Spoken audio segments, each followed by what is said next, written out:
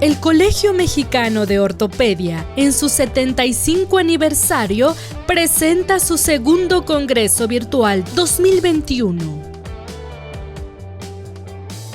El doctor Alejandro Davagui Richard se graduó como médico en la Universidad La Salle y es especialista en ortopedia y traumatología por el Centro Médico ABC. Realizó un año de especialidad en ortopedia pediátrica en el Hospital Shiners para Niños, México, y un Clinical Fellowship en ortopedia y columna pediátrica en la Universidad de Michigan en Ann Arbor, Michigan. Actualmente está adscrito al Hospital Shiners para Niños, México. El doctor Davagui hablará sobre cómo balancear los hombros y selección de nivel proximal en escoliosis idiopática del adolescente. Hola, ¿qué tal? Antes de empezar quisiera dar las gracias al comité organizador del Colegio Mexicano de Ortopedia y Traumatología por la invitación. El día de hoy yo les voy a hablar de cómo balancear los hombros y cómo seleccionar el nivel proximal en escoliosis idiopática del adolescente. Los objetivos de esta charla serán establecer cuál es la importancia de una adecuada selección del nivel proximal, qué factores son relevantes para determinar el nivel proximal a instrumentar y cuáles son las consideraciones que debemos de tomar, particularmente intraoperatoriamente, para tener un resultado satisfactorio. Los objetivos de la cirugía de escoliosis de manera global son lograr y mantener la alineación coronal y sagital, nivelar adecuadamente los hombros, corregir la deformidad y salvar tantos niveles como podamos para que los pacientes conserven el movimiento. Particularmente la columna torácica es un segmento poco móvil debido al efecto que tiene sobre las costillas y el esternón sobre la misma, por lo cual la instrumentación proximal no tiene relevancia de manera general para preservar la movilidad. ¿Por qué? Porque habitualmente no extendemos las instrumentaciones proximales al segmento cervical. Entonces, los objetivos para la selección del nivel proximal son tener un adecuado balance de los hombros y evitar la progresión de la curva proximal. Se ha visto de manera muy importante en varios estudios y particularmente este que presento, que es un estudio multicéntrico, qué pasa o cuál es la satisfacción que tienen los pacientes posterior al tratamiento de la escoliosis idiopática del adolescente. Y se ha visto que los factores que están más fuertemente relacionados a la satisfacción del paciente son que los hombros estén nivelados, que haya corrección de la jiba dorsal y la silueta del cuello. Estos dos, tanto el nivel como la silueta, son situaciones que de no seleccionar adecuadamente el nivel proximal pueden verse afectadas. Como decía, si seleccionamos mal los niveles proximales, vamos a tener una altura de los hombros que no esté adecuadamente balanceada. El cuello va a tener una silueta que no va a ser armónica.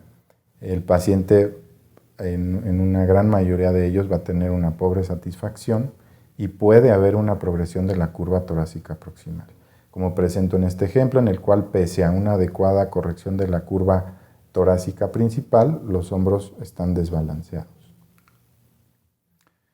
La selección del nivel proximal a instrumentar básicamente depende de las características y comportamiento de la curva torácica proximal, ¿sí? Y al balance de los hombros de manera preoperatoria. Se han estudiado varios indicadores para determinar cómo balancear los hombros mejor, como son la inclinación de la primera vértebra torácica y el ángulo clavicular. De todos ellos se ha visto que el que tiene más repercusiones sobre la cosmética del paciente pues es el ángulo clavicular, por lo cual este es el que habitualmente se recomienda utilizar. Entonces, ¿qué consideraciones debemos de tomar para instrumentar la curva proximal? Si la debemos de tomar o no. Básicamente, si la curva es una curva mayor a 30 grados, que tiene una corrección menor a 25 grados, esto quiere decir que está estructurada la curva, debemos de considerar cuál es la situación de los hombros. Quiero decir con esto, si los hombros están nivelados, si tenemos un hombro derecho elevado o si tenemos un hombro izquierdo elevado.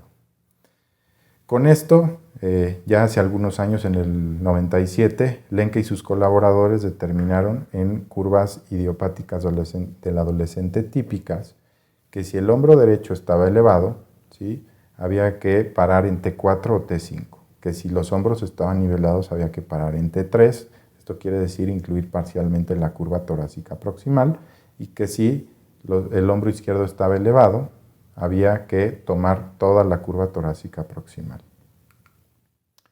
Entonces, en esta imagen, básicamente lo que les quiero representar es qué pasa cuando nosotros corregimos las curvas. Por ejemplo, en este ejemplo es una curva torácica derecha, ¿sí?, en la cual al momento nosotros de corregir esa escoliosis, lo que vamos a hacer es vamos a elevar el hombro izquierdo. Cuando corregimos una curva izquierda en torácica proximal, lo que vamos a elevar es el hombro derecho, y lo mismo vamos a hacer cuando corregimos la curva izquierda lumbar. Entonces, ¿qué debemos de hacer? ¿Cuál es la secuencia que debemos de considerar para seleccionar el nivel proximal? Bueno, pues lo primero y lo más importante es clasificar la escoliosis. Entonces, como primer paso, lo que debemos de hacer es medir todos nuestros segmentos vertebrales, que es el segmento torácico proximal, el segmento torácico principal y el segmento toracolumbar. En este ejemplo, medimos un segmento torácico proximal que mide 28 grados, un segmento torácico principal que mide 68 grados y un segmento lumbar que mide 36 grados. ¿Sí? De estas, la curva mayor es la torácica principal. Y tenemos también una cifosis torácica de 20 grados, ¿sí?, con una línea sacra vertical que pasa o toca el pedículo en el ápex de la curva lumbar. Después tenemos que hacer nuestras radiografías dinámicas, en las cuales lo que debemos de ver es si las curvas están estructuradas, ¿sí? La curva más grande, acuérdense, siempre está estructurada, ¿sí?, pero las curvas torácica proximal y la toracolumbar debemos de determinar si lo están en estas radiografías dinámicas.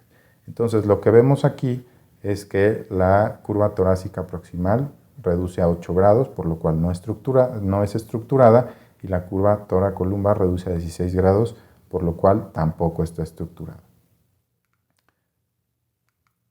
Entonces, con esto podemos establecer nuestra clasificación. Este ejemplo que les puse, entonces tenemos una curva Lenke 1B, por donde pasa la línea sacra vertical, ¿sí?, y N porque tiene una cifosis normal, ¿sí? Luego determinamos si la curva torácica proximal está estructurada. En este caso no lo está. La curva toracolumbar tampoco está estructurada, ¿sí? En este ejemplo vemos que está ligeramente elevado el hombro derecho, ¿sí?, por lo cual nuestro nivel a instrumentar en la parte superior es T4, de acuerdo a lo establecido por los criterios ya antes descritos.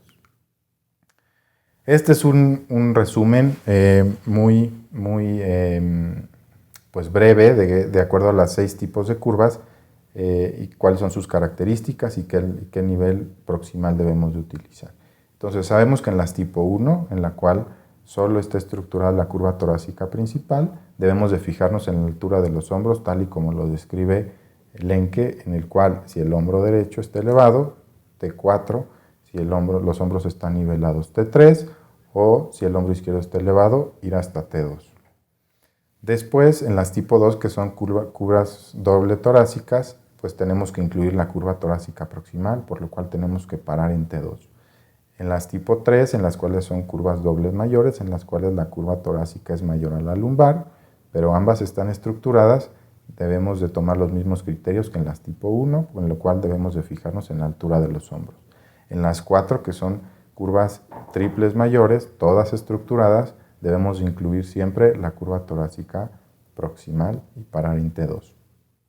Y en las tipo 5, en la cual únicamente está estructurada la curva toracolumbar, debemos de tomar en cuenta únicamente el ángulo de Cobb, cuál es la vértebra proximal del mismo, y parar ahí, siempre y cuando no paremos en el ápex de la cifosis.